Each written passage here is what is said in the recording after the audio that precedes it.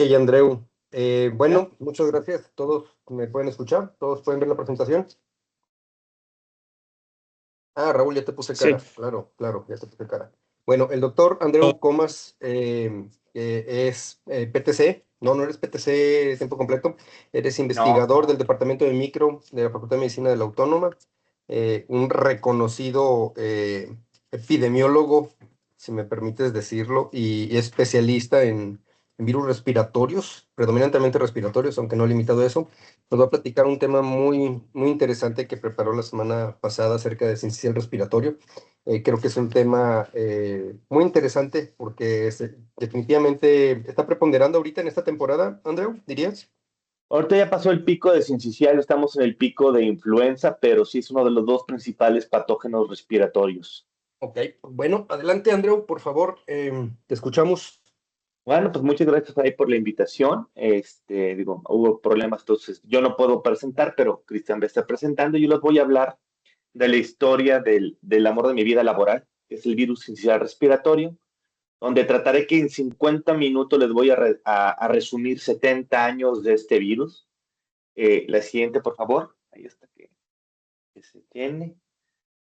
Este es un virus bueno, actualmente pertenece a la familia Nemoviridae, oficialmente se llama ortonemovirus humano, y ahorita veremos que fue aislado por serendipia, por puro churro en 1955, por Morris en el Walter Reed, en una infección de un chimpancé, bueno, de varios chimpancés, y pocos años después ya se supo que es el principal agente de infecciones respiratorias agudas en niños menores de 5 años. Antes de la pandemia, cada año causaba casi 34 millones de infecciones. ¿Y qué es 34 millones de infecciones? Prácticamente una de cada cuatro, una de cada cinco infecciones a nivel mundial respiratorias son causadas por este virus. El 10% se hospitalizan y una fracción afortunadamente muy pequeña se mueren. Claro, el 99% de las muertes son en países de desarrollo.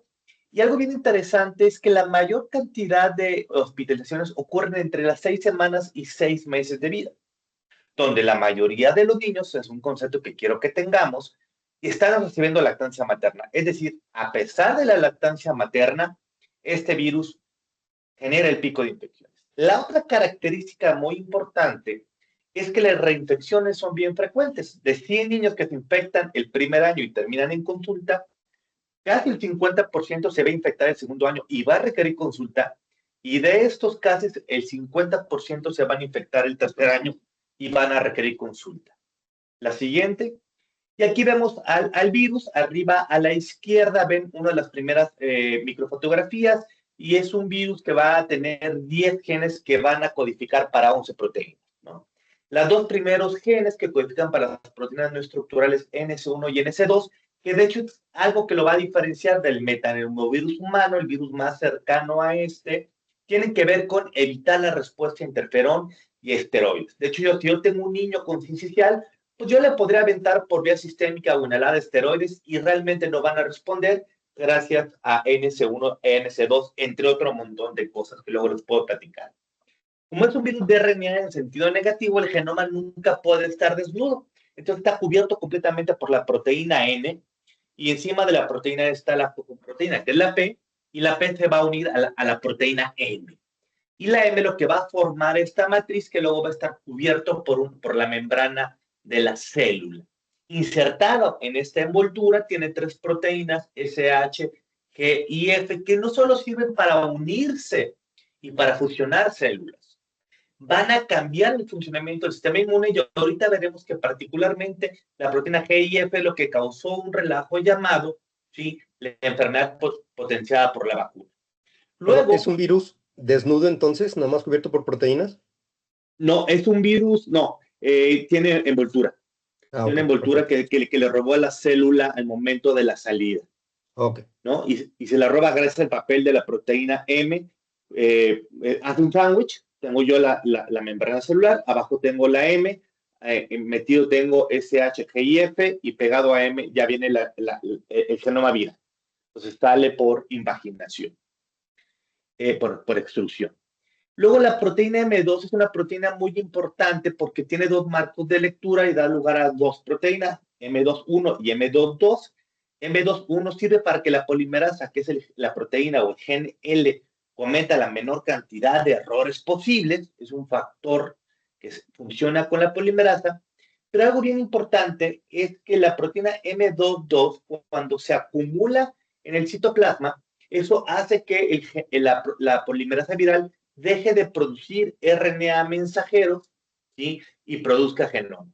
¿No? La producción de RNA mensajeros tiene un gradiente. Los RNA mensajeros que más se producen es el de NC1 y el que menos se produce es el de L. La siguiente. Esta foto es el sincicial.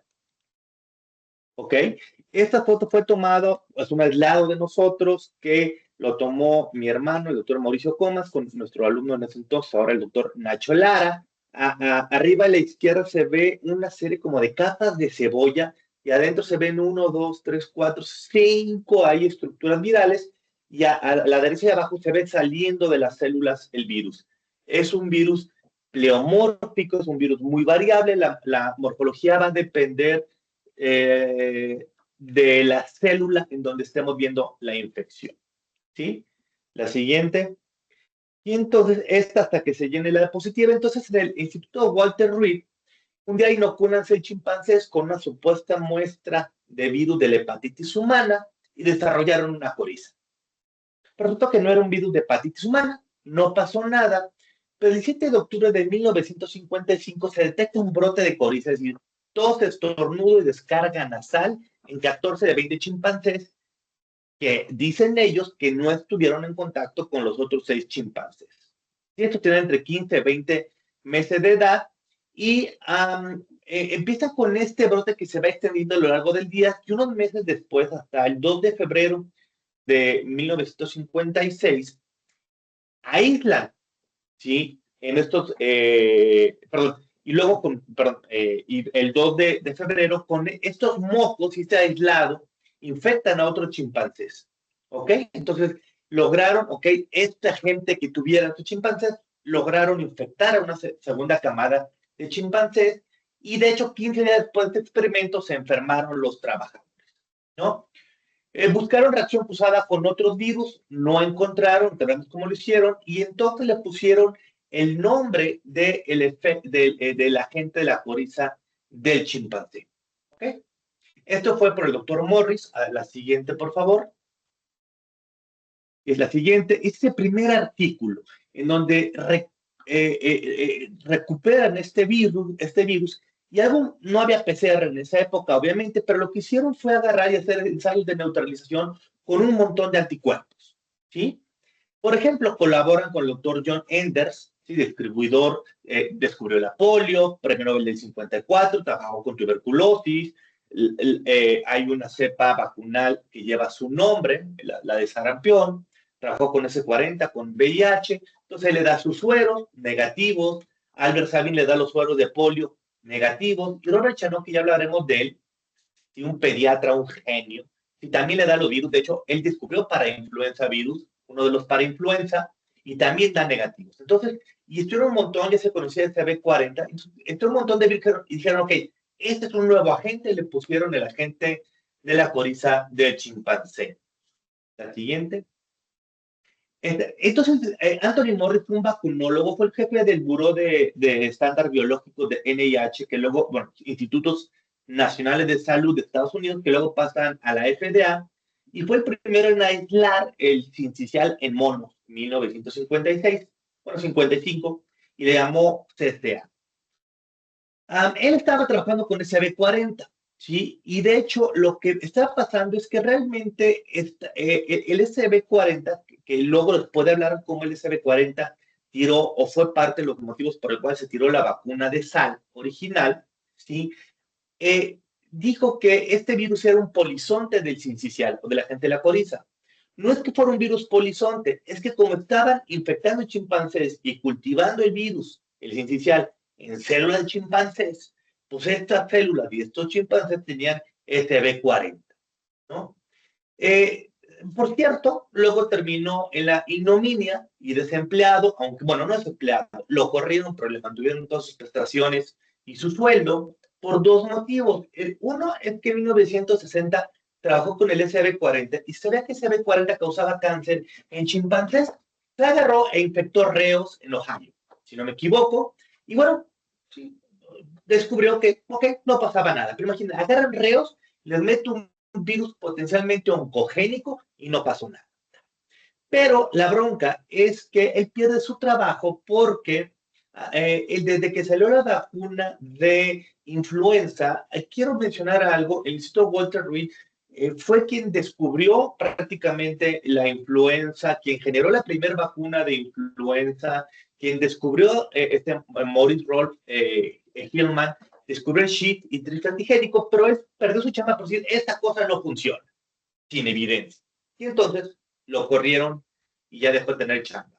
Y luego, el doctor Chanok, ¿sí? Mi Chanok, literalmente, él sabía de los antecedentes de Morris y los chimpancés y sabían que, aunque pudieron infectar a otros monos, no pudieron recuperar el virus de los humanos. Sabía que el periodo de incubación era de por ahí de 3 días. Entonces, en unos niños con enfermedad respiratoria, ¿sí? Ellos aíslan varios virus, que les llamaron el agente Long y el agente Steiner, por los apellidos de los niños. Y descubrieron que estos virus eran indistinguibles al CCA. De hecho, la cepa Long es una de las dos grandes cepas de referencia del virus inicial. La otra cepa de referencia es la A2, ¿sí? Que se aisló en Australia. La cepa Long provenía de un niño de 17 meses. Y entonces ellos se dieron cuenta que los niños en que recuperaron los anticuerpos, el agente Long y Snyder, todavía no elevaban virus, porque no tenían todos los pelos de la burra en la mano, elevaban anticuerpos. Luego agarran y hacen dos estudios epidemiológicos, unos en niños y otros en reos, y se dan cuenta que encontraron este virus en 253 niños que buscaron, bueno, no los 253, ¿sí? Pero niños con neumonía y bronconeumonía en dos hospitales de Baltimore de Johns Hopkins. Y entonces en este estudio encuentran que de 121 niños enfermos, 41 tenían anticuerpos contra sincicial y de los sanos 16. Y entonces aquí viene la primera y dice, ok, va a haber niños sanos con este virus. O tienen anticuerpos porque ya tuvieron una infección previa. Y en este son dos artículos lo que reporta Chano, que este es el primer artículo, de este sí no tengo el PDF completo, del otro sí. Aquí está la primera célula, ¿sí? Infectada, se tomó una foto, la célula KB, que si no me equivoco es de riñón, perdón, de hígado, y ahí se ve en negrita la célula toda deforme, y se dan cuenta que forma sincicios. La siguiente, y a través de estudios, las otras dos que siguen, lo interesante de este primer paper, que digo, son dos papers que vienen juntitos en el mismo journal, ¿sí?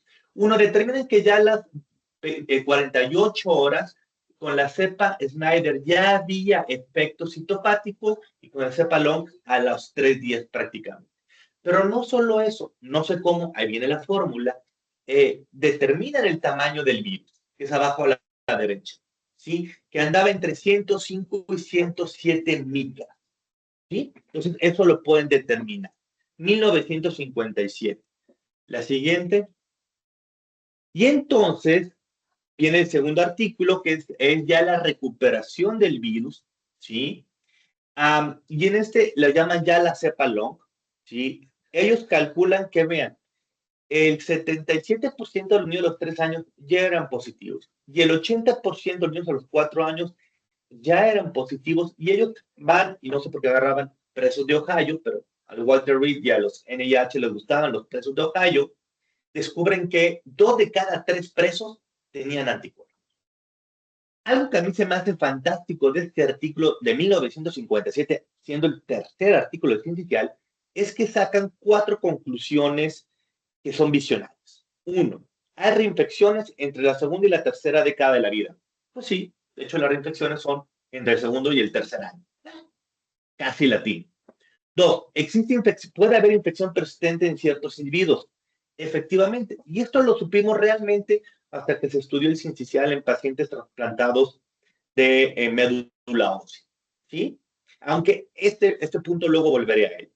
3. Los resultados pueden variar de acuerdo a población. Claro, por el clima. hoy sabemos, y por la estructura de edades poblacionales, y algo maravilloso es que dicen, debe de haber diferencias antigénicas. De hecho, por estas diferencias antigénicas es que se quedan con la cepa long y no con la Sain. La siguiente. Y entonces aquí están esas conclusiones que le pongo que es arriba a la izquierda, ¿sí? Dicen, bueno, los virus long y insider que se recuperaron, ¿sí? Del tracto respiratorio. Estos virus eran serológicamente y por cultivo indistinguibles del CCA.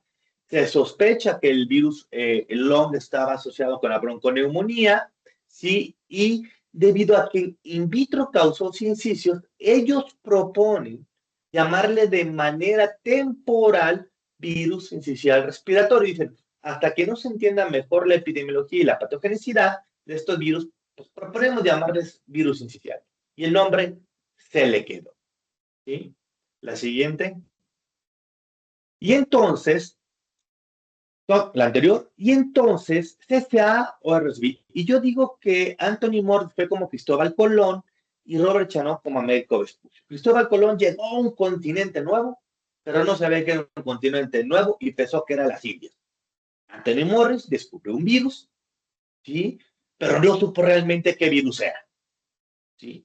En cambio, Américo Vespucci dijo, a ver, esto de las Indias no son las Indias, es un nuevo continente y pues se llama América, y el que se da cuenta que CCB y RSV es el mismo y que es un virus de humanos fue Robert Chanot, y por eso se considera como el padre del sincicial. La siguiente. Entonces, Robert Chanot fue alguien impresionante, tiene pinche mil premios, pediatra, virólogo, sirvió en la Segunda Guerra Mundial. Fue alumno de pediatría de Albert Sabin, el creador de la vacuna de polio oral, y lo llamó su hijo científico. ¿Sí? Curiosamente, aunque fue el gran hijo científico de Sabin, él genera la primera vacuna esencial más con una técnica parecida a la de Salk que a la de Sabin. Pero bueno, ya alguna les podría hablar de las vacunas de polio. Trabajó en el Instituto Nacional de Alergias y Enfermedades Infecciosas de NIH, descubre el parainfluenza 2, ¿sí? Que en un momento le llamaron el virus de Krupp de Chanok o el virus asociado a Krupp, al Mycoplasma pneumoniae. Digo, para mí nada más por estos dos ya se merecía un Nobel, y nombró y caracterizó al virus y al respiratorio, aparte de que trabajó con rotavirus, norovirus, hepatitis A, adenovirus 5. Él participó en desarrollar el primer anticuerpo monoclonal contra el sincicial, el palivizumab, generó la primera vacuna nasal junto con Murphy y una de las primeras vacunas de dengue, y tuvo premios como la medalla Sabin, la medalla Miss Johnson, la medalla del Servicio Público de Salud Pública, la medalla Robert Koch, miembro de diferentes academias de ciencias, y por él existe un premio que es el premio Robert Chanok, que es el mejor investigador en su trayectoria en cuanto a virus sincicial. La siguiente, y aquí está Chanok con Albert Sabin. Y yo creo que lo más fregón que pudo haber tenido Robert Chanok es esta frase. Y dice, ha sido de Albert Sabin, en uno de los premios que le dan en el cumpleaños número 80 de Albert Sabin, él se toma esta foto y dice lo siguiente. Para mí ha sido una suerte de placer especial mi relación con Robert Chanok, mi hijo científico y de quien estoy muy orgulloso de sus logros en estos 41 años. Ya que Sabin te diga esto, pues yo creo que mejor premio no puede haber. La siguiente, que luego les puedo hablar sobre la relación entre Sabin y la Guerra Fría en la producción de vacunas. Y rápidamente el virus sincicial llegó a la prensa. Esos son los primeros 4 reportes de periódicos entre 1961 y 1964. Rápidamente se vuelve famoso. La siguiente. Y entonces viene la primera foto del virus por Norby, un grupo del grupo Karolinska, ¿sí? De los tipos que elegían a los premios Nobel en fisiología, Norby. 3 años después de que se descubrió el virus, él, por microscopía electrónica, ¿sí? Lo toma foto. Y junto con Mudson, con quien trabajó, dicen, veremos más adelante, hay 2 subtipos. Y este fue el primer cuate que realmente se metió a estudiar la ultraestructura sincicial. Y luego hay un gap enorme, y créanme, la tesis de Nacho Lara es de lo poco que es reciente sobre la ultraestructura del sincicial. Siguiente, y aquí vemos la primera foto del virus sincicial respiratorio en este artículo de Norby, ¿sí? Que luego, digo, trabajaría con Mustron, y están las primeras fotos. Vean, hasta ahorita hemos visto 8 microfotografías electrónicas del virus y todos son diferentes. ¿Sí? Aquí se ve la forma larga, ¿sí? El virus son esas varitas largas, largas, y todo lo grande y deforme son células infectadas, ¿no? Siguiente. Y entonces se desarrolla la primera vacuna. Entonces, en el grupo de Chanok, ¿sí? De Kim, y ahorita se me olvida el nombre del jefe, que ahorita vendrá a colación, ellos desarrollan varias vacunas contra el sincicial, vacuna monovalente contra parainfluenza 2, y una vacuna trivalente, que la parainfluenza 2 es la parainfluenza de Chanok, que era la parainfluenza 1, 2 y 3. Entonces ellos utilizan el virus sincicial, la cepa Bernet, por el apellido del alumno, digo, del paciente, en el lote 100, imagínense, hasta el lote 100, concentrada 25 veces, y ahorita voy a volver a lo de concentrada 25 veces, inactivada con formalina, como la vacuna de Salk, ¿sí? Con adyuvante de aluminio y 3 dosis, ¿no? Ellos hicieron pruebas de seguridad, y esto es bien importante porque durante muchos años se atacó la vacuna, y hay muchos mitos en cuanto a esto. De veras, fue bien difícil encontrar toda la información. Sí se hizo pruebas en monos sinomolgos, cobayos, conejos y ratones, nada más que en ratones, al paseo con ratones B6 y no BAC, y aquí vino un problemita. Luego utilizó población vulnerable. Durante muchos años, muchos artículos que dicen, utilizaron niños de un orfanato de Nueva York. Y es lo que yo sabía. Pues resulta que no. Cuando uno se va al documento original, eran niños, sí, extremadamente pobres, de raza, bueno, o de etnia afroamericana, del Hospital de los Niños de Washington. El ensayo clínico se da entre 1965 y diciembre de 1966. Las vacunas no tuvieron efectos locales adversos. Las de parainfluenza no generaron anticuerpos, pero las iniciales sí incrementaron 2.6 veces de anticuerpos. Sin embargo, de los 23, entonces de los niños vacunados, ¿sí? El 65% se infectaron. Y de estos 20 que se infectaron, 18 terminaron hospitalizados por una enfermedad pulmonar severa, ¿sí?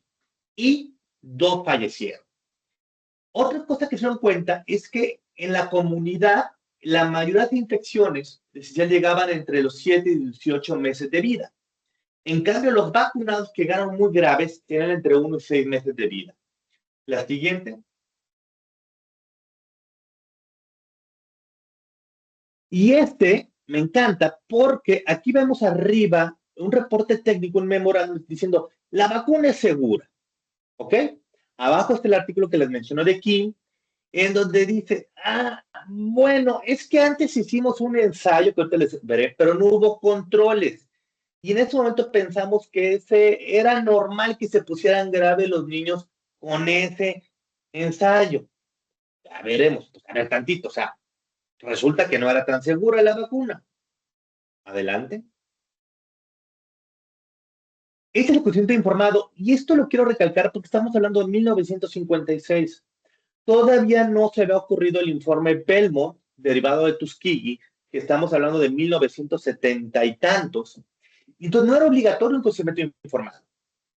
Y hay un consentimiento informado, ¿no? Entonces eso ya es interesante. Mínimo había consentimiento informado por Parrott, perdón, el gran padre de la vacuna fue Parrott, que ahorita hablaré de él, ¿no? La siguiente. La siguiente, entonces, es la primera vacuna, ¿sí? Y dice, no, la anterior dice, en niños, en 2 niños de 2 y 7 meses se murieron, ¿ok? Vean algo como era éticamente correcto decir, bueno, los niños eran de nivel socioeconómico bajos y eran negros. Negro. Yo hoy pongo la palabra negro o la digo, si no me matan, me madrean o me meten a la cárcel. Pero bueno.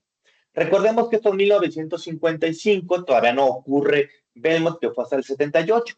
Al final de los 31 vacunados, 6 hicieron neumonía, 13 bronquiolitis, 4 una gripita, 20 se enfermaron, 18 requieren hospitalización y 2 murieron. La siguiente. Esto es maravilloso, ok. Sí, probablemente no deben haber hecho el ensayo clínico, no había evidencia de seguridad suficiente, pero ellos por teléfono, el 29 de diciembre de 1966, las muertes ocurrieron en la Navidad del 66. Bueno, 3, 4 después, ellos ya hablaron a los centros para parar el ensayo clínico, ¿sí? Y el 3 de enero lo hicieron oficialmente por una carta. Entonces, bueno, a diferencia de otros investigadores de esa época, pararon en ese momento. Digo, hay que tomar en cuenta que no había computadoras, ni faxes, ni celulares, prácticamente pararon en ese momento la vacuna. La siguiente.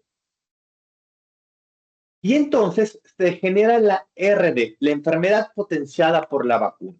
¿Sí? En las biopsias, bueno, en los estudios postmortem se encuentra una bronconeumonía con parches, con atelectasias, con enfisema, con neumotórax, ¿sí?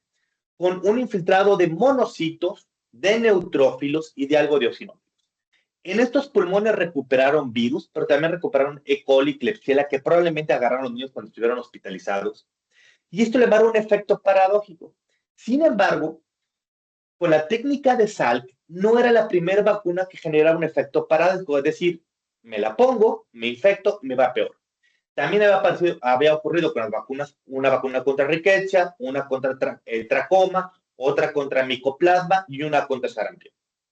Pues esto me hace pensar que la vacuna de Salk fue puro churro, porque la misma técnica funcionó únicamente para Salk, pero para estos otros 5 bichos salió peor la vacuna. Y entonces, en retrospectiva, ellos ponen el artículo algo que me encanta. Creo que ya nos había pasado, pero no nos habíamos dado cuenta. La siguiente. A la anterior, dicen, bueno, es que un pequeño detalle. 3 años antes de hacer el ensayo clínico, utilizamos una vacuna 4 veces concentrada en 54 niños sin grupo control. De estos 54 niños, 21 se infectaron y 10 requirieron hospitalización.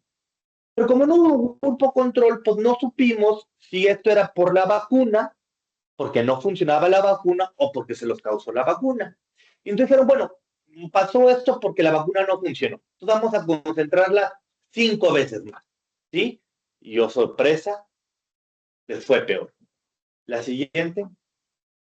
Y entonces, ¿sí? Así se ve un pulmón de estos niños. ¿Sí? Una gran producción de moco, que es eso rojo que está cerca de los bronquios. De hecho, ahí se ve un bronquio obliterado, esa cosa roja ahí. Un gran infiltrado. No se ven alveolos. No hay alveolos porque todo es un infiltrado, particularmente de polimorfos nucleares con algo de monocitos. Ahí se ven 2 bronquios, dos bronquios, ¿sí? Llenos de infiltrados. Pues, ¿cómo no se iban a morir los niños? Esa obliteración, eso todo rojo ahí aplastado, es lo que clínicamente le llamamos una atelectasia, ¿no? Por ejemplo, cuando yo en el doctorado infectaba a los ratoncitos en cuanto nacían con el sincicial, y a las pocas semanas los volvía asmáticos, se veía algo así, pero no tan severo. La Pues esto siguiente. parece una imagen de bronquiolitis, ¿no? Es una bronquiolitis potencial. No más que Por eso se llama entonces la formación de sincitios nada más es, in sincicios, vitro. nomás para que sepan jóvenes, es cuando se fusionan diferentes células y tienes una célula gigantesca multinucleada. Eso nada más se da en cultivo, no se Así da en es. vivo. Así es. En vivo no hay sincicios prácticamente. Ok. Y todo esto que estamos viendo, todos estos leucos, ¿son eosinófilos o son linfos? Son neutrófilos, particularmente neutrófilos, y hay eosinófilos, particularmente los peribronquiales. Pero Ok. no es en humanos no hubo tantos eosinófilos como en los modelos en ratón. Los modelos en ratón que se utilizaron Balche y cobayos, ahí sí hay más eosinófilos. Realmente en Ok. humanos no hubo tantos eosinófilos. Fue polimorfos nucleares, pero sí hubo eosinófilos. Y entonces me encanta esta descripción, dice, poco después de la Navidad, ¿sí? ¿Ok? Mi hijo empezó a batallar para respirar. Era un niño negro, sano, 16 años, ¿sí? y este niño se murió a las 2:30 a.m. del 31 de diciembre, ¿sí? Y el siguiente niño se murió el 2 de enero. La siguiente. Estos son los obituarios de los dos niños que murieron, de Victor King, que fue el que primero murió, murió el 31 para el primero, y de Ross Otto Hambrecht, que murió el día 2. Conste que el día 2 o 3 ellos ya lo hicieron por escrito, párenle, ya por teléfono el 26 o 29 ya habían hablado para decir, ok, están hospitalizados, ¿sí? Hay que parar, pero ya el día 2 o 3 de enero lo hicieron oficial. La siguiente, y su muerte no quedó en vano. Esta infografía habla, cada punto son los artículos científicos que han utilizado los tejidos embebidos en parafina de King y de Hambrecht para tratar de entender la enfermedad, ¿sí? Estos no se cobraron como las células HeLa, ¿sí? Pero se han producido, de hecho, los últimos artículos todavía fue en el 2000, me parece, todavía en el 2020, veintitantos, hubo todavía artículos utilizando los tejidos de King y de Hambrecht. La siguiente. Y hasta 1970, es decir, una década después de que ocurrió la catástrofe, se empieza a estudiar, ¿sí?, este desmadre. ¿Y quiénes son los primeros en estudiar la enfermedad potenciada por la vacuna? Pues el grupo de King y de Parrott, quienes hicieron la vacuna junto con Robert Chanock. Entonces ellos empiezan a estudiar, ¿sí?, en modelos in vitro, ¿sí? La siguiente. Hasta 1986 se da el primer estudio in vivo. No se utilizó ratones, bueno, fue en cotton rats, ¿sí? Por el grupo de Chanock, ya que se había separado del resto, ¿sí? Y aquí es el primer estudio in vivo, es decir, 20 años después de que iniciara la catástrofe. 30 años después, perdón, de que iniciara la catástrofe. Siguiente. Pero no es hasta 2016 que el grupo de Barney Graham, que no voy a hablar de él mucho, pero es uno de los grandes gigantes del sincicial, ¿sí?, realmente logra entender la enfermedad. Lo que dicen, miren, esto es muy sencillo. Al inactivar el virus con formalina, ¿sí?, se afecta la forma de la proteína F, y al afectarse la forma de proteína F, se genera, ¿sí?, toda la enfermedad. Siguiente. A ver, permíteme. Sí. Entonces, ¿es la falta de la proteína F la que estaba No. condicionando ERD? La proteína F tiene dos formas, una forma prefusión y una forma postfusión, ¿sí? Es un poco como la de VIH, que tiene que tener unos cortes para poder que funcione como una envoltura para fusionar membranas. Cuando se inactiva con formalina, solo hay la forma F1, que es la forma postfusión, no la prefusión. Y esta falta de tener las dos formas es lo que causó el relajo. Ok. Y entonces les hablo de Robert Parrott, inmunólogo, virólogo, pediatra. Él creó los términos de bronquitis y faringitis, ¿ok? Él fue experto en sincicial, en VIH, en rotavirus. Él dirigió y desarrolló la vacuna, contra sincicial, y luego le estudió. Él aisló el HTLV1, él descubrió la interleucina 2, fue uno de los primeros en caracterizar el VIH, ¿sí? También yo creo que merecía un Nobel. Trabajó en patogénesis viral, desarrollo de vacunas, pero no solo eso, creó políticas públicas para manejar brotes. Y en este hospital donde se va a cabo el desastroso ensayo clínico de Parrott, de la vacuna, se creó la cátedra de investigación en pediatría Robert H. Parrott. Siguiente. Otro muy importante en esta historia es Brian Murphy.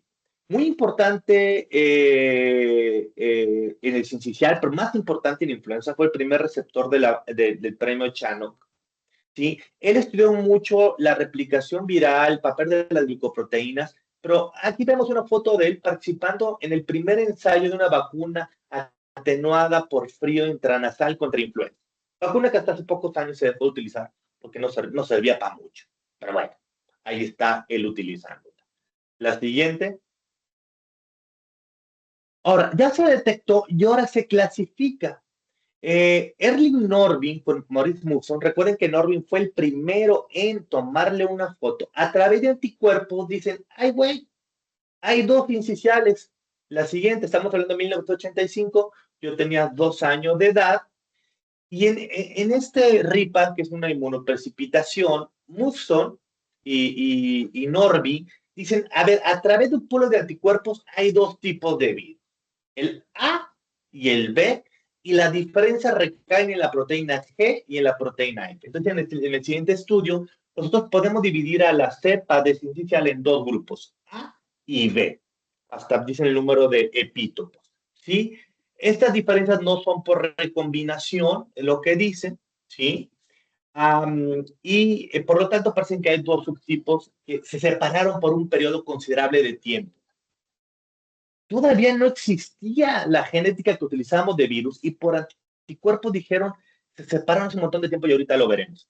Y dice bien importante, esta consecuencia también se me hace importantísima. Dice, las consecuencias de que haya dos o más subtipos tienen implicaciones para que haya anticuerpos a pesar de los, perdón, infección a pesar de los anticuerpos maternos.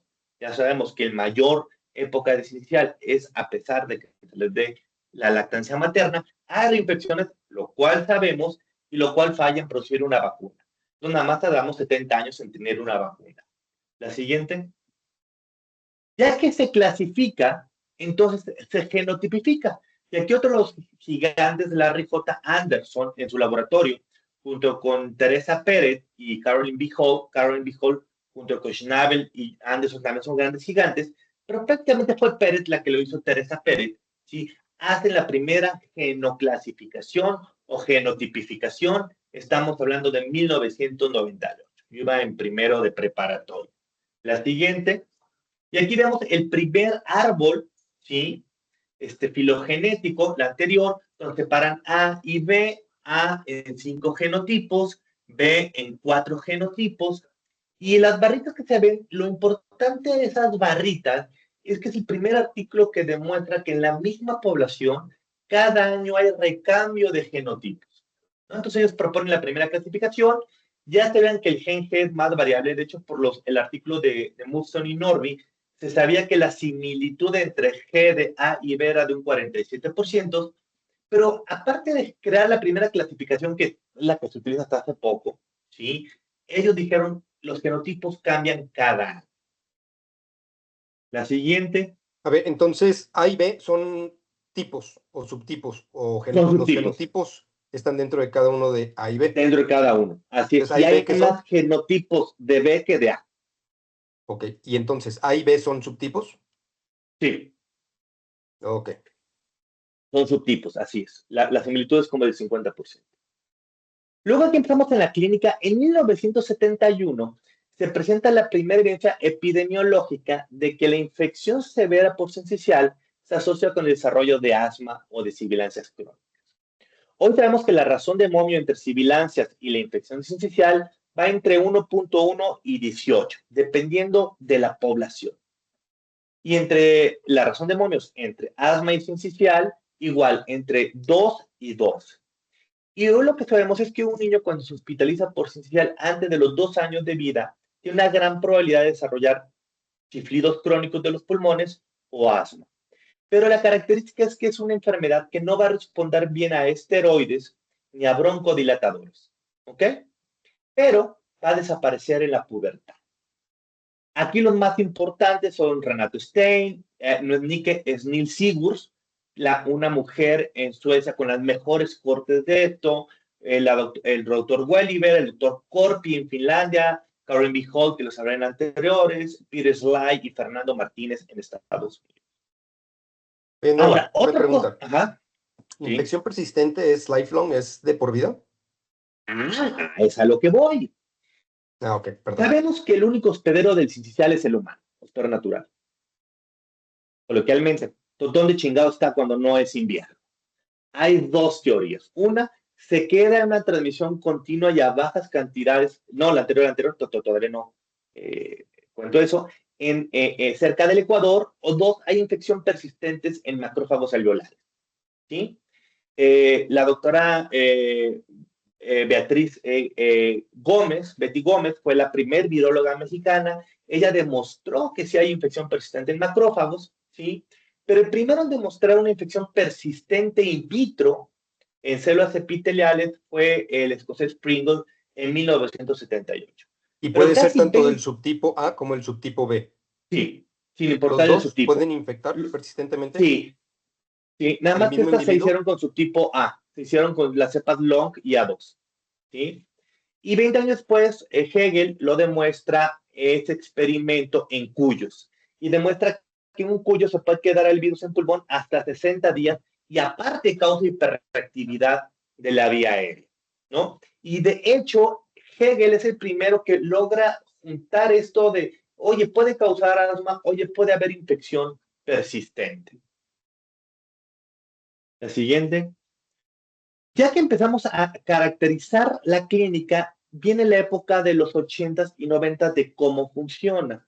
El primero que caracteriza sus proteínas virales fue Lambert, caracteriza 8 de las 11, pero después aparece en NIH probablemente el gigante de gigantes, Peter Collins.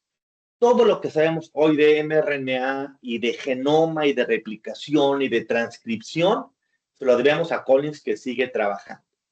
Él caracterizó 10 de los 11 RNAs mensajeros, caracterizó las regiones intergénicas, o sea, caracterizó los RNAs mensajeros hace 40 años, caracterizó hace 38 sus regiones intergénicas.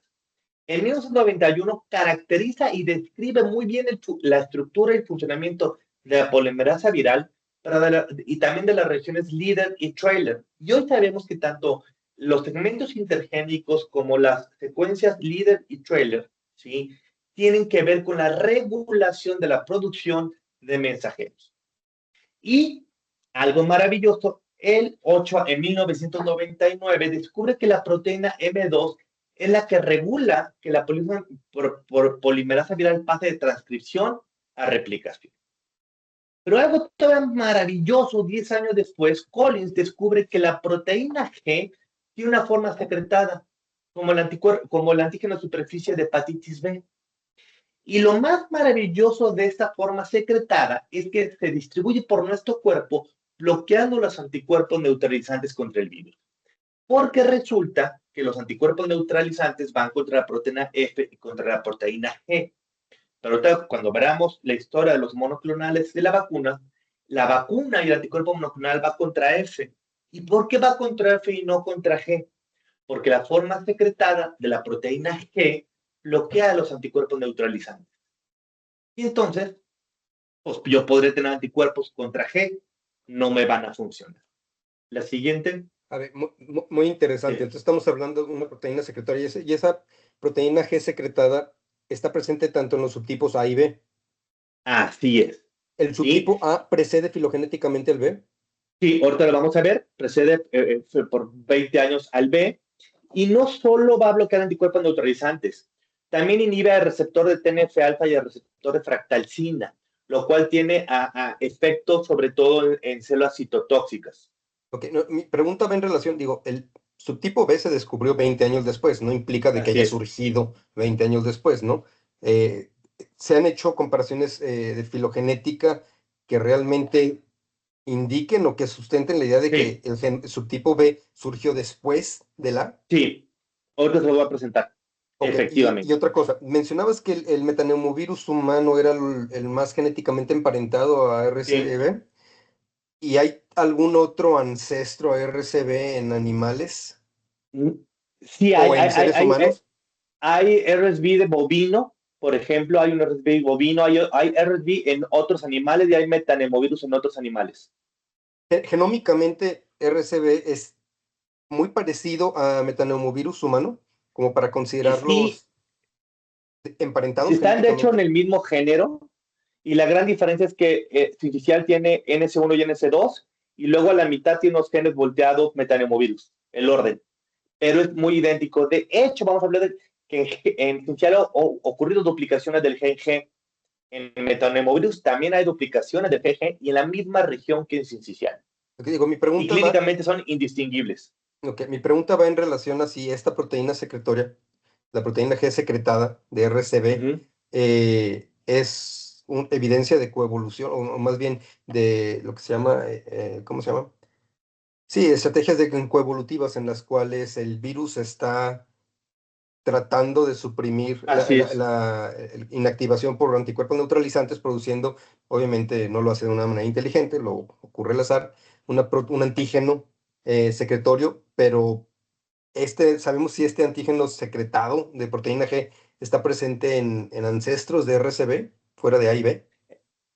No, en ancestros no sabemos. Sabemos que gran parte de la evolución tiene que ver por la presión ejercida por anticuerpos, pero esto de G, no, fíjate que no, y creo que metanemovirus no tiene forma secretada. Ok, gracias. De nada. A la siguiente. Y entonces viene la primera detección por PCR, fueron los japoneses en 1991 y el artículo está en japonés.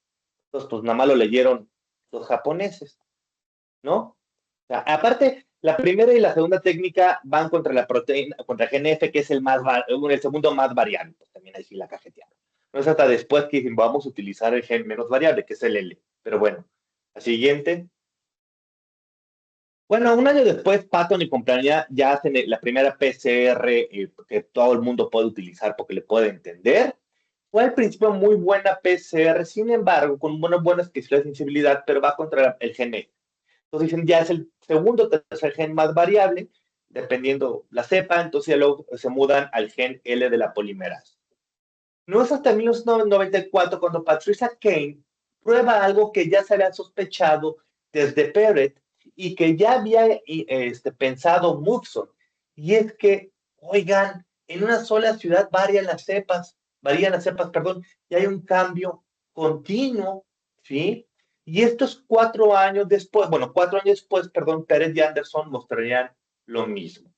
Y entonces empieza la carrera, el estudio, ya no solo para estudiar la clínica, sino para estudiar las epidemias, los subtipos y los genotipos. Siguiente. Pero para ese entonces ya se sabía que las epidemias anuales fluctuaban entre A y B. La primera que lo demuestra fue Patricia Kane, Para ese entonces ya se sabía. 1994. Se intuía, pero la primera que tiene todos los pelos de la burra en la mano hasta el 94, Patricia Kane, y luego en el 98, Perret y Anderson. Ok. Bueno, en 1900, bueno, en lo que preguntaba Christian, si yo junto todos los artículos de filogenética, sabemos que el tiempo ancestro común más reciente de sincicial es 1947, una década antes de su descubrimiento, y el B es 1953. ¿Sí? ¿Ok? La siguiente, lo demás no me A ver, interesa. permíteme, 47, no, es que no, ya te metiste, es una camisa de 3 varos. 47% de diferencia entre la cepa referencia RCB A y B. Y B. Sí. ¿A qué te refieres? ¿Diferencia a nivel aminoácidico o nucleotídico? De aminoácidos. Es un chorro como para considerarlos especies diferentes, ¿no? No, subtipos. Bueno, esta diferencia, perdón, es en la proteína G, no en el Nada más genoma, en proteína en la G. proteína G. Sí, sí, sí, en la proteína Entonces, G. esos cálculos del ancestro común más reciente, que es lo que quiere decir MCRA, Sí. estipulan que RCBA surgió alrededor de 1947. ¿Y cuántos años después? El 53. Unos 6 años después. 6 años después el B. ¿Y sabemos qué empujó No. esa divergencia? Mi teoría, las pandemias de influenza. Es mi teoría. Que ahorita En, veremos. de posguerra. Sí, de la posguerra, efectivamente. Ok. Que ahorita veremos por qué es mi teoría. Bueno, algo que identifican es que algo parecido es que un individuo se puede reinfectar por el mismo genotipo. 2012, en Ontario, Canadá, se detecta un virus con una duplicación del gen G.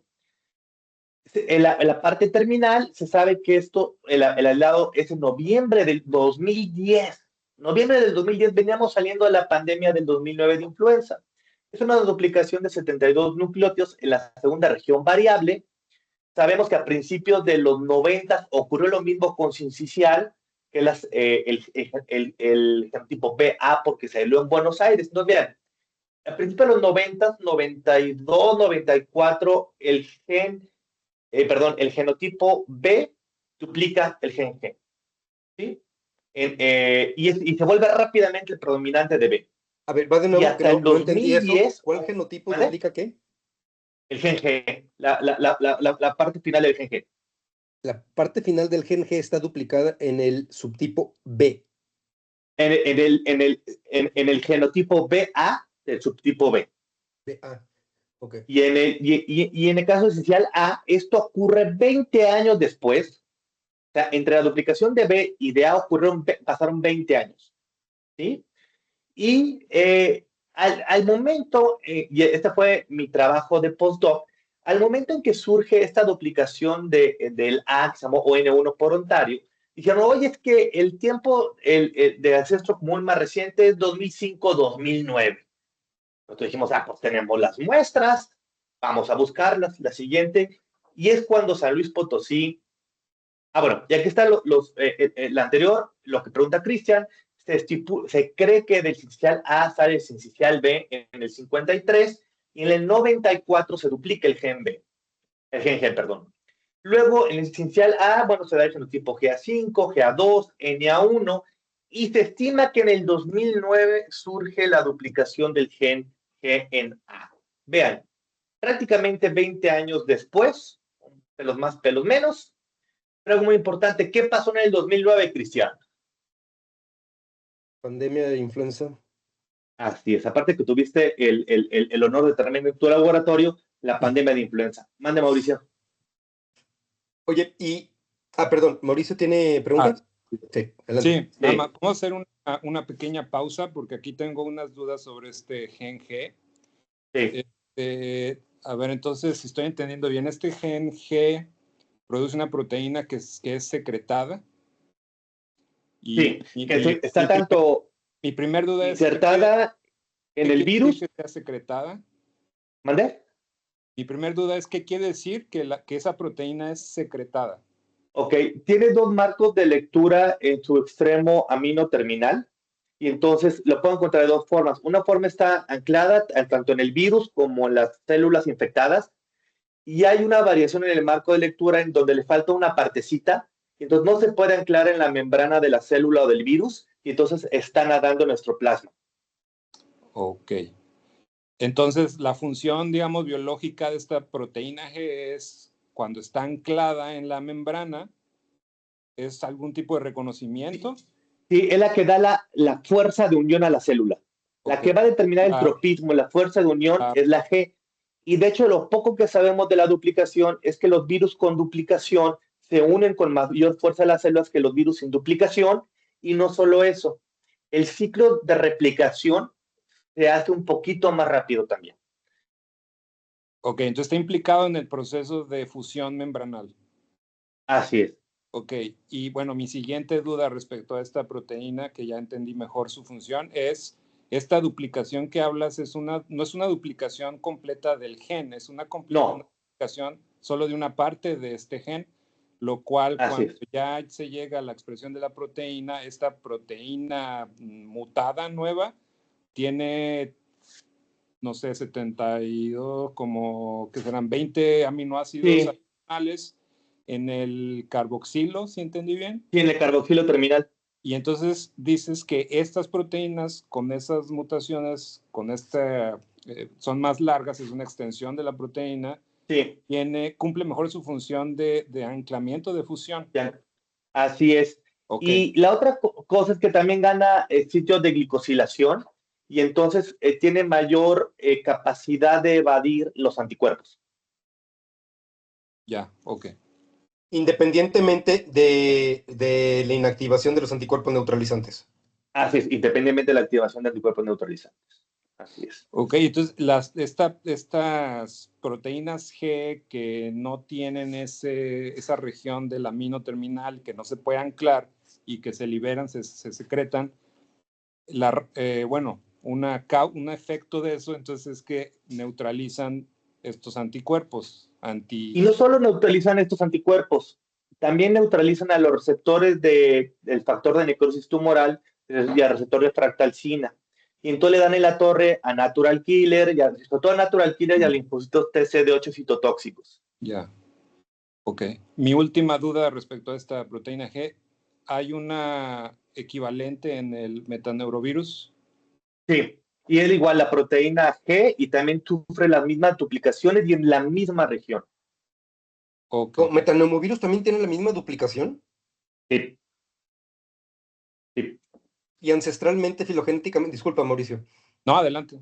¿Y filogenéticamente metaneumovirus es más reciente o más viejo que RCV? Más reciente. Es más reciente. Okay. Pero Tendrá que buscar cuándo, pero es mucho más reciente. Pero el metaneurovirus evoluciona a partir del RCV. Esa es una teoría. Esa es una teoría. La otra es que, bueno, o sea, que lo que pasa es que está también el metaneumovirus y el esencial de otros animales y que ya sea en otro animal haya surgido, pero yo sí soy de la idea, viendo el genoma de metaneumovirus, que el metaneumovirus es un hijito ya desconocido del sincicial. Pierde unos genes y otros cambian de lugar. El resto es bastante parecido. No, súper interesante, gracias. De nada. La siguiente. Y este artículo se aparece en San Luis Potosí en la historia, mi primer artículo de postdoc. Este premio ganó, le corresponde Sofía Bernal el premio Rosenkranz.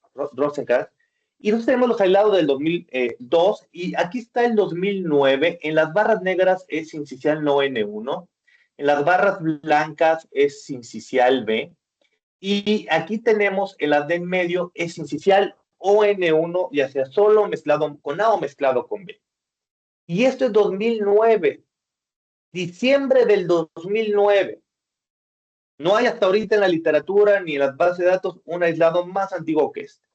Recuerden que entre febrero y marzo del 2009 tenemos las primeras muestras de influenza pandémica en San Luis Potosí. La de febrero la tenía el INDRE, la de marzo-abril la tenemos nosotros, pero la destruyó COFEPRIS. Entonces aquí la teoría es que, bueno, ahorita veremos la teoría de por qué surge esto. Siguiente. Entonces, en 2015 habíamos propuesto la teoría de la superinfección del sincicial con un matemático, con Jorge Velasco, donde siguiendo el modelo de presa-depredador, sincicial tiene mayor infectividad que influenza, un R0 mayor, y entonces este era mi lobo y la influenza era mi presa. Y todo lo que sabía es que yo tenía 2 años de A y 1 año de B. Resulta que el R0 de sincicial B es muy similar a la influenza. En nuestro país, antes de la pandemia del 2009 y de esta pandemia, tenemos 2 años chiquitos de influenza y 1 año grande. Resulta que cuando circulaba sincicial A, había poco influenza y poco sincicial B. Cuando circulaba predominantemente sincicial B, tenemos mucha influenza y poco sincicial A. Pero de repente en el 2009, a este conejo le salen esteroides, se dopa, se blinda, como ustedes quieran, y entonces sincicial tiene que competir contra la influenza pandémica del 2009 y por un tartamudeo, como un servidor de su polimerasa viral, ¿sí? Entonces duplica el gen G, aumenta el fitness y escapa de influenza. Lo mismo postulo que pasó, ¿sí? En los 40. Siguiente. A ver, para los que no conocemos, Andreu, los jóvenes aquí presentes, ¿puedes explicarnos lo que es R0, tasa de duplicación? El R0 es la capacidad en una población completamente susceptible de infectar. Si yo tengo un virus, tengo un R0 de 3, yo puedo infectar a 3 personas. Para mantenerse en una epidemia, el R0 tiene que ser mayor de 1. Si está cerca de 1, se mantiene una transmisión constante baja, no me causa brotes, pero no desaparece. Y un R0 menor de 1, desaparece el virus de la comunidad. Por ejemplo, fue tan grande el R0 de sincicial B con la duplicación BA que desaparecieron los que no tienen duplicación. Cuando aparece el sincicial A con su duplicación, desaparecen los que no tienen duplicación. Entonces, hoy en día no encontramos virus que no tienen esa duplicación del extremo carboxy terminal de la proteína G. Hay unos pocos con duplicación, pero lo que demostramos en la tesis de doctorado de Juan Carlos es que ellos sí pertenecen al genotipo con duplicación, pero perdieron la duplicación. Y son aislados espontáneos. Entonces la Tienen algo de... duplicación le pegaba al fitness viral. Sí, así es. Ok. Le pega duramente al fitness viral. Y no solo eso, la duplicación tanto en B como en A permitió que infectaran, no con mayor severidad, pero que sí infectaran niños más grandes y más sanos. Ok. Siguiente. Este es entonces, el anterior, entonces en el 2019 con Juan Carlos, en su primer artículo doctoral, proponemos, nada más para decir que aquí proponemos una nueva clasificación de sincicial, donde a pesar de la duplicación, tanto para A como para B, el ON1 no es por sí un genotipo, pertenece al genotipo NA1, que lo vemos en rojo. Y cómo hay esta rápida expansión del rojo, y la parte final solo es ON1, y lo mismo propusimos en el 2020 para sincicial B. La siguiente.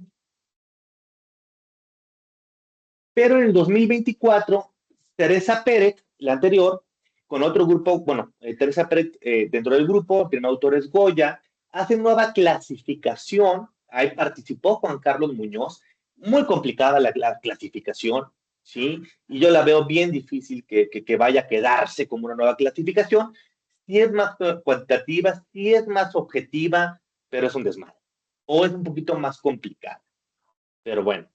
Aquí nada más quiero enseñarles cómo en el caso del panel de arriba, ¿sí? De repente se ve una rama, ¿sí? Que son los que tienen la duplicación y las dos ramas grandes que sobresalen más altas son los duplicados, ¿sí?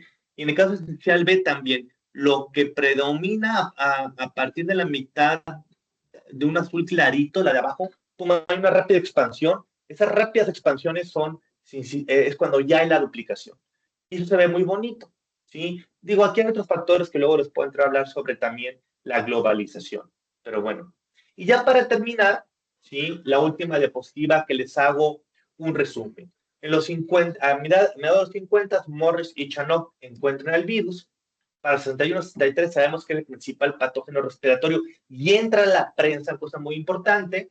En el 63 se hace el primer ensayo que falló porque no tenían un grupo control y la vacuna estaba 4 veces concentrada, le fue mal y porque no funcionó, vamos a concentrarla 5 veces más y se obtiene la primera foto por Norby. 2 años después, ya con el lote 100, el famoso lote 100, se hace el primer ensayo en humanos, termina una catástrofe y también se hace un ensayo en conejos. Hasta 3 años después se publican los resultados, ¿sí? Vean cómo era mucho más lenta la ciencia. Pararon luego la vacuna, pero de que terminaron a que pudieron publicar el ensayo pasaron 3 años. En 1971 se da la primera asociación con asma y 7 años después se estudia ya experimentalmente tanto esta enfermedad como la infección y la infección persistente. Hasta 1981, que esto no es una positiva, tenemos el primer modelo animal en VALP-C y los ratones VALP-C son muy importantes porque los ratones de VALP-C, su sistema inmune tiende a tener una respuesta alérgica y es el mejor modelo para infectar con sincicial, aparte del cuyo. Para estos ratones VALP-C sí hacen la enfermedad pulmonar potenciada por la vacuna lo más parecida a los humanos. Hace 41 años se empiezan a caracterizar proteínas virales. Hace 39 años, bueno, no, este año ya 40 años, se clasifica el sincicial, pero no solo se clasifica el sincicial, otro grupo aísla, el grupo de Barney Graham, me parece, o de Collins, ¿sí? Son los, no, el de Collins, son los que aíslan la proteína F y la proteína G, ¿sí? Ya que se aisló la proteína F y la proteína G, en los 90 se intenta hacer una inmunoglobulina hiperinmune contra el sincicial, que es la IVIG, que no sirvió para nada, ¿sí? Mismo año se caracteriza bien por con la polimerasa, la primera PCR y la primera evidencia de reinfección en ratones, ¿sí? 3 años después tenemos que surge la duplicación de sincicial B, que fue en Buenos Aires, Argentina, y una infección en cuyos. 1996, Respigam es cuando se hace el segundo lote de gamma globulina hiperinmune contra sincicial, tampoco funcionó. Al igual que la lactancia materna, porque si quieren luego les explico, hay por lo menos 10 mecanismos por el cual al sincicial hace que le valga madre los anticuerpos. Por eso tenemos las reinfecciones y lo que me determina en parte que una persona ya no tenga infección sintomática, no es la inmunidad humoral, es la inmunidad celular. En 1998 sale el primer anticuerpo monoclonal palivizumab. Sí, más o menos, si yo tengo un niño de alto riesgo y le doy palivizumab, me va a costar entre 150 y 220 mil pesos. El tratamiento es una profilaxis pasiva y la efectividad entra entre el 50 y 70%. ¿Sí? 98, la primera clasificación de Pérez. 2009 surge el sincicial ON1. 2010 se hace el hijito del palivizumab, el motavizumab. No funcionó, entonces se abandonó. ¿Sí? Hasta el 2016 entendemos muy bien ya las últimas piezas de la enfermedad pulmonar potenciada por la vacuna. 2019, en este grupo, el grupo que había, propusimos una nueva clasificación de esencial A y esencial B, y algo que cambia el juego los últimos 3 años. 2022, Nirsevimab, un anticuerpo monoclonal muy chingón por 2 motivos. De palivizumab necesito una inyección mensual por 5 meses. Nirsevimab, una inyección nada más los próximos 5 meses. La efectividad de palivizumab entre el 50 a 70%. Nirsevimab arriba del 90%. Hoy por hoy, en España, todos los prematuros se vacunan con Nirsevimab y ya no es un problema de salud pública el sincicial en prematuros en Europa. ¿Contra qué va dirigido Nirsevimab? Las 3 anticuerpos monoclonales y las vacunas van contra F. ¿Contra qué? ¿F? F, la proteína F. ¿Y el costo de Nirsevimab? Todavía no lo tenemos en México. Ok. Pero va a ser más barato que el palivizumab y con mayor relación costo-beneficio. 2023 salen las primeras 2 vacunas, Abriso y Arevix, una de GSK y otra de Pfizer. Abriso es una vacuna que está indicada para embarazadas y para adultos mayores, bueno, ya de la edad de Cristian, de 60 para arriba, ¿sí? Y Arexvi solo para adultos mayores, ¿sí? Todavía no hay una vacuna que vaya a funcionar en niños. Y por muchos motivos no creo que vaya a haber una vacuna que se pueda poner en niños. La estrategia ¿Qué antígenos utilizan esas vacunas? Contra F. F. ¿Pero son vacunas pasivas, activas? Ahí se pone el antígeno. Me parece que son, híjole, no me acuerdo si, la verdad, si es, o son proteínas recombinantes. Sí, son proteínas recombinantes, las dos. De hecho, Ángel Herpuch durante muchos años intentó y nunca encontró el epítopo que funcionara. Y en el 2024 se hace la nueva clasificación de Goya. Y bueno, este es un poco de la 70 años en 50 minutos o un poquito más. Muy bien. Qué bárbaro, cuánta información. No sé si alguien tenga algún comentario o duda. Mauricio. Sí, de hecho, bueno, Andrew, muchas gracias. Estoy de acuerdo con Cristian. Súper excelente charla, muy informativa. Me quedé al inicio con la duda, quería de hecho hacerte esta pregunta, aprovecho la oportunidad, respecto a esta proteína, la S, creo que SH. SH, sí. Esa me suena que ha de ser similar a la Spike del SARS-CoV-2 o no. No, para el Spike de SARS-CoV-2 sería G y F. SH se llama SH por Small Hydrophobic, es una proteína pequeña hidrofóbica, que es un canal catiónico, que lo que va a hacer, sobre todo particularmente SH, se inserta aparte en las células infectadas y va a retardar la apoptosis. Ya, de hecho, me llamó la atención que ahí tenía como la pregunta, la duda si era un canal iónico y bueno, esa era mi otra. Efectivamente, pregunta. Es un canal iónico. Bueno, entonces eso sí ya está probado. ¿Sí es un canal iónico? Sí, más que probado y retrasa la apoptosis. De hecho, por ejemplo, en cultivo cuando infectamos células, yo las infecto, les puedo dejar 10 días sin cambio de medio. Y digo, pues dependiendo de la MOI, pues se morirán o ahí siguen vivitas y casi ni vira el color del medio. Baja mucho el metabolismo de las células.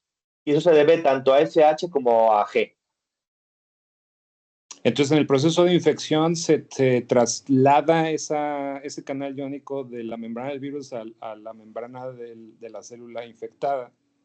Y Así es. canal aniónico, Catiónico. catiónico. Bueno, Bueno, sí, catiónico. Bueno, pues, nada más sé que es catiónico. ok.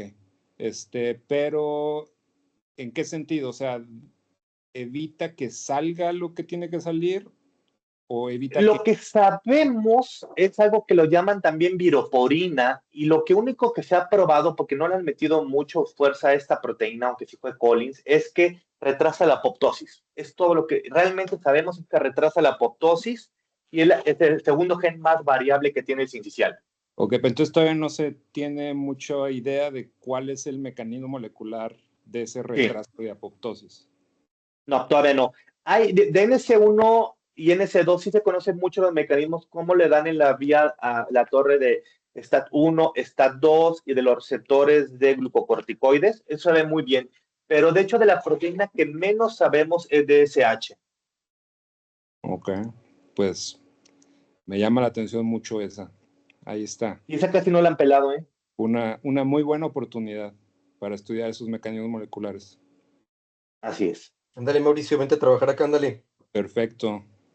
No, pues podemos una vez ir allá y ustedes una vez venir acá, o sea, nos Ándale, paseamos. me parece bien. Aquí ya te invitamos, tú no invitas, pero nosotros ya te invitamos. Claro, pues desde cuándo están invitados. Ustedes nada más digan cuándo llegan. Oye, Andreu, Órale. una pregunta en seguimiento a lo que acaba de decir Mauricio. Entonces, los niveles de proteína SH se permanecen elevados durante las infecciones persistentes. ¿Son los responsables de la infección persistente ya que están inhibiendo la apoptosis? Y si te respondo que nadie ha evaluado eso. Mm. Han evaluado la presencia de genomas, la carga viral, la capacidad de infectividad, los cambios morfológicos y a G y a F, pero a SH en infección persistente no se ha estudiado. Ok. Adelante, Sofi, enséñanos tu cara para que te conozcamos. No, no puedo. Estoy Perdón, en mi perdón, casa. Cristian, antes de pasar a la siguiente pregunta, ahí todavía Dígame. no está SH, regresando también al metaneurovirus, este último tiene también una versión del SH, me imagino. Sí, Okay. así es. De hecho, bueno, sí. Bien, gracias. Mi comentario nada más iba respecto a SH. Como es una proteína hidrofóbica, luego es difícil trabajar con este tipo de proteínas. Entonces, también yo creo que es por eso que no hay muchos estudios realizados con esta proteína y no hay anticuerpos comerciales No. para poderla estudiar. O sea, sí es una buena oportunidad, pero pues sí se requiere algo de esfuerzo para poder hacer estudios con SH. Que justo las estrategias in silico no tienen esa bronca. Ah, ok. ¿A qué te Y refieres, de hecho, Mauricio? ahorita en el chat les ¿Simulaciones? estoy poniendo el genoma, el diagrama del genoma de metanemovirus, ¿sí? Para que vean que es muy similar, nada más no tiene las proteínas NS1 y NS2, y lo que pasa es que ¿Lo vas a intentar compartir? ya estoy compartiendo. Entre M, ¿Lo están después de viendo? M tendrá que... ¿Eh? ¿Lo están viendo los demás? No, en el chat, lo mandé en el chat de WhatsApp. Ah, Entonces, ahí la diferencia es que si fuera sincicial, empezaría con NS1 y NS2, y después de M seguiría SH, G, F y L. Y aquí no. Después de M viene F, y luego viene M2, SH, G y L. pues no O se ve sea, nada, Andreu. Compártelo para verlo. en el chat, en el WhatsApp, ya lo mandé. No, pues aquí estoy en... Ah, de WhatsApp. Perdón. Disculpe. Sí, WhatsApp. Sí, entonces digamos, hay un cambio de lugar entre los genes F y G. Esa zona como que se desordena, ¿sí? A diferencia del sincicial, que ahorita les pongo la del sincicial. Es el metaneurovirus. Así es. Y de sincicial.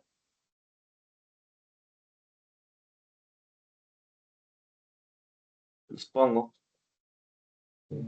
En lo que compartes esa información, Andreu, quería comentar, sería a lo mejor importante que platiques, aunque sea un poquito, sobre aquel artículo o trabajo que hiciste con los matemáticos sobre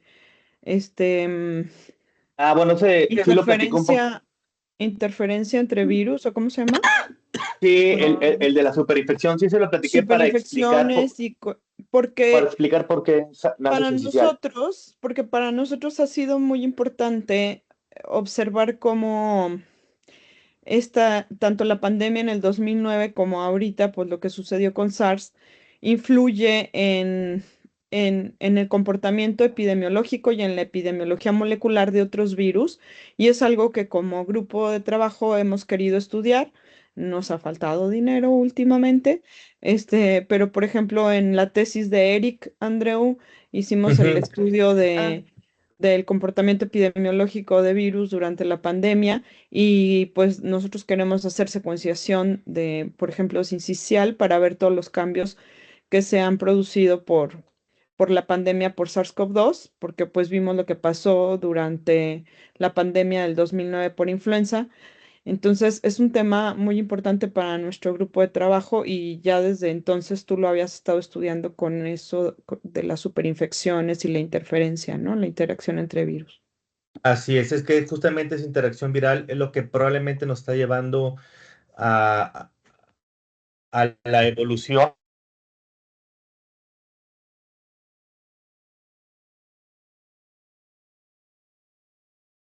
Te dejamos de escuchar, Andreu. Perdón, ¿ya me escuchan? Sí, te dejamos de ver. Allá sí es que me ando moviendo de changarro. Sí, lo que les digo es que esto de las interferencias virales, tanto nos explica el surgimiento de las duplicaciones en sincicial, como también probablemente nos esté explicando o nos vaya a explicar todo el relajo que estamos ahorita padeciendo con la influenza pandémica, porque empiezan a competir los virus unos contra los otros. Entonces eso es bien importante.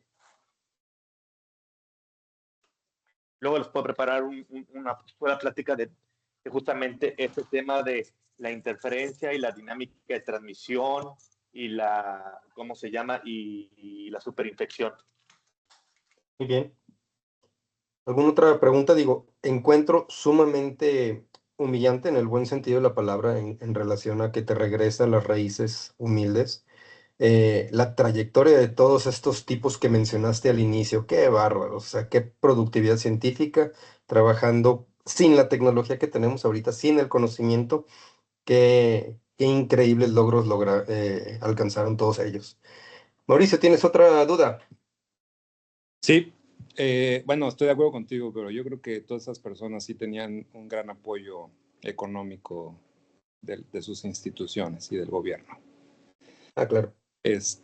Bueno, mi otra duda, regresando al SRB y al metaneumovirus, me queda la duda, ¿cuáles son, si es que se conocen los receptores? ¿Qué es lo que reconocen? Así como, por ejemplo, el caso del SARS-CoV-2 con el ACE2.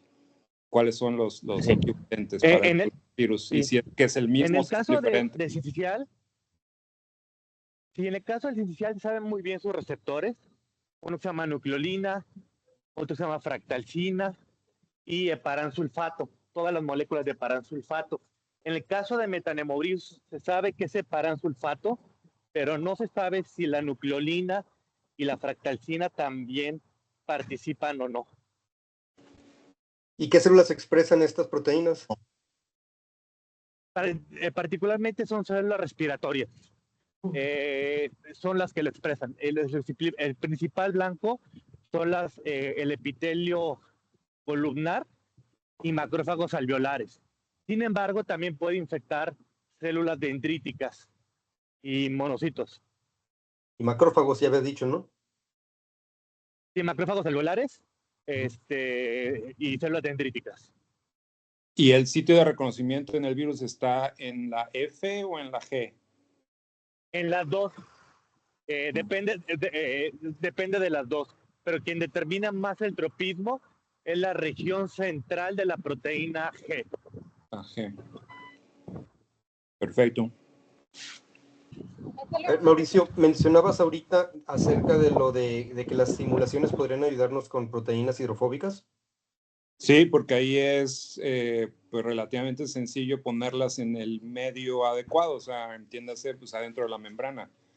y de hecho hay muchos de los avances en el entendimiento del mecanismo de los canales iónicos en general se debió gracias a todos estos avances también en el modelado a nivel molecular, simulaciones de dinámica molecular y de otros tipos a nivel computacional, porque es relativamente sencillo poner estas proteínas en ese ambiente hidrofóbico y pues ponerlas a prueba. Sofi, ¿tú no sabes acerca de estructuras resueltas por cryo-EM? ¿Por microscopía electrónica de criofractura? No. ¿No? Bueno, estas tienen un pequeño problema con su oficial. Tanto las 3 proteínas son proteínas altamente glicosiladas. Entonces han tenido problema con cryo-EM. Pero igual, o sea, estrategias in silico se pueden usar para hacer el modelado incluso. O sea, a partir de la secuencia de aminoácidos se puede hacer el modelado ya de la estructura terciaria o cuaternaria, si es el caso de que son oligoméricos, porque ahí alcancé a ver que la SH es un canal iónico pentamérico. Entonces, así es. Sí, eso se puede hacer. Entonces... Pero, Mauricio, perdón, pero por ejemplo, ¿para qué específicamente nos servirían esos modelajes? ¿Para hacer la búsqueda de interacciones con otras proteínas o receptores in silico? Eso es posible, pero por ejemplo, en el caso de canales iónicos, ¿no? En general, estos modelos in silico también han ayudado a entender cuál es el mecanismo molecular de la selectividad iónica. Bueno, de hecho, ahí mi proyecto de doctorado justo fue el entender el mecanismo de selectividad del canal de potasio. Y fue muy importante en esa época se acababa de determinar justo la estructura tridimensional del canal del potasio, del KCSA, y eso nos ayudó mucho a nosotros desarrollar modelos in silico que eventualmente pues dieron lugar a que propusiéramos cuál es el mecanismo molecular del proceso de selectividad iónica. Entonces, se pueden hacer pues muchas cosas, ¿no? Entonces, creo que es una muy buena oportunidad. Ya, ok. Pero más dirigido entonces a esa función tipo de canal iónico que tiene SH, ¿no? Sí, para caracterizarlo. Exactamente. Ya, porque Y a partir de ahí, pues, generar hipótesis, ¿no? Que permitan continuar con la investigación. Ok, ya, gracias. ¿No? ¿A ti? ¿Qué es lo que estuviste haciendo con SARS-CoV-2, no, Mauricio? Ayudando a desarrollar candidatos terapéuticos para... Sí, salvo que, o sea, nosotros no desarrollamos vacunas, lo que nosotros desarrollamos son antivirales, pero justamente estos modelados moleculares han permitido el desarrollo o detección, ¿no? Identificación de moléculas que cumplen ese mecanismo molecular, esa propiedad antiviral. En el caso particular del SARS-CoV-2, son moléculas que tienen la capacidad de interrumpir la interacción entre el RBD de la spike con el receptor de membrana, ¿no? Entonces, pues ese es un proceso crítico en la infección. Ok. En el caso, aprovechando lo que dice Mauricio, el dominio central que se llama CCG, podría ser este es un blanco terapéutico, bloquear ese sitio para que no se pueda unir. Justo ahorita, de entrada, lo que se me ocurre que es bastante rápido que podamos hacer es hacer un screening virtual usando docking molecular. Nosotros ya tenemos una base de datos ya relativamente grande de moléculas, de fármacos de reposicionamiento, que digo, eso es algo que no sé, si ya existe la estructura cristalográfica de la proteína G o de al menos de ese dominio, porque de hacer así, pues ya es relativamente inmediato hacer ese screening virtual. Si no estuviera disponible todavía, se puede empezar a hacer el modelado. Sí, entonces, digo, o sea, con la información que ya exista, es relativamente rápido empezar a hacer un estudio de ese tipo. De hecho, si quieren, un día les puedo dar nada más una pura platiquita de la estructura de SH, G y F. Excelente. tanto Sí, igual y por podemos secuencia, concretar algo para trabajar eso días. que dice Mauricio. Sí. ¿Sí? Si es algo en sílico y que tenga implicaciones para el desarrollo de terapéuticos, aunque sean candidatos, creo que valdría la pena. Es un tema muy poco explorado, como tú lo dijiste, Andreu. Sí, es un tema poco explorado, no hay antivirales, no es algo que le hayan metido mucho esfuerzo a los antivirales, la verdad. Cuando en una población pues muy importante, pues va a ser lo único que los va a poder salvar son los antivirales, más que las vacunas, simplemente por la edad. De acuerdo. Cierto. Ahí había una duda de tu equipo, Perdón. Mauricio. Sí, de hecho eso quería comentarles. Aquí estoy con un par de integrantes del grupo. Hola, mucho gusto. Fernando y Paulina. Y bueno, también tienen preguntas ellos. Yo sí tenía una pregunta sobre el pleomorfismo de BSR. ¿Ya se ha entendido por qué, digamos, en términos evolutivos, qué ventaja al virus esta variabilidad morfológica?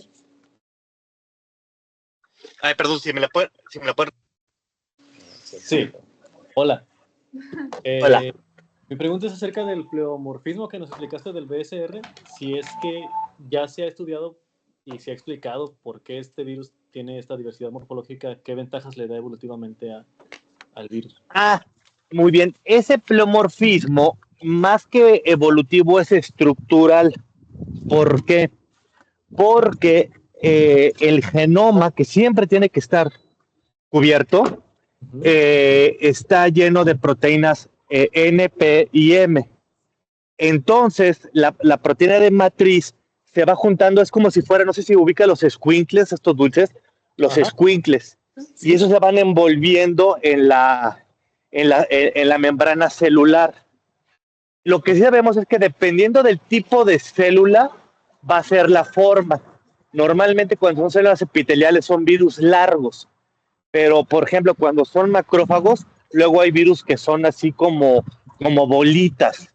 Entonces, más que nada esto depende de la célula de donde esté saliendo el virus.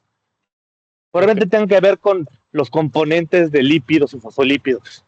Ok, va. Y bueno, y eso tendrá que ver con alguna expresión diferencial, seguramente, dependiendo de qué célula esté afectando. Sí, porque inclusive el mecanismo de entrada del virus a la célula depende de la célula, no del virus. Okay. Por ejemplo, el virus puede entrar tanto por endocitosis con clatrina, como sin clatrina, como por pura fusión. Y lo que se ha demostrado es que eso depende de la célula y no del tipo de virus. O sea, bueno, no del genotipo o subtipo. Andreu, perdón, pero la proteína F no tiene que ver en el pleomorfismo, porque es parte de lo que estábamos estudiando con Nacho, ¿te acuerdas? Sí. Y Mauricio. Sí, la proteína F es muy importante tanto para la entrada como para la fusión de células. Y también dependiendo de la célula del ambiente, son las diferencias en el funcionamiento de la proteína F. Por ejemplo, si yo in vitro, quiero causar sincicios grandes, tengo que tratar esa infección con tripsina para que funcione mejor F.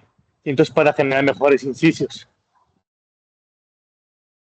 Eso nada más ocurre in vitro.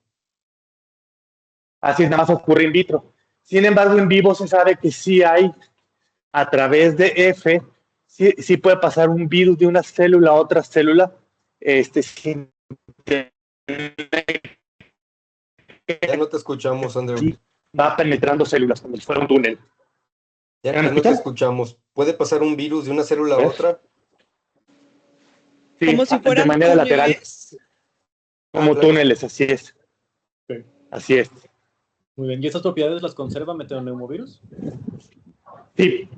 También la conserva el metaneumovirus. Vale, de acuerdo. Bueno, ¿más preguntas? No, todo bien. Ok, va. Muchísimas gracias por resolvernos, Andreu. Mucho gusto. No, hombre, de nada. ¿Había alguna otra duda Dale, pues. o comentario por ahí? Bueno, doctor Andreu, perfectísimo, muchas gracias. Sofi, gracias por acompañarnos. A Raúl, que ya se nos fue, gracias por habernos acompañado. muchas felicidades en este nuevo año que emprende. Espero que ahora sí, Mauricio, empecemos a concretar algo para trabajar. Doctor Andreu y su hermano son unos fregones de la virología. Sofía también es colega del doctor Andreu, trabaja también en el departamento de micro. Ella ha trabajado mucho con BPH y obviamente ha participado en proyectos relacionados con otros virus. Ella es bióloga molecular, esencialmente, y afortunadamente nos pudo acompañar hoy. Agradezco a todos su presencia y Mauricio, pues, a ver si contestas, ¿no? Te hablé hace unos días y me ignoraste, pero no importa, no importa, estoy acostumbrado. Ok. Yo creo Saludos que hoy la llamada. Órale, pues. Saludos a todos. Vale, gracias. Bye.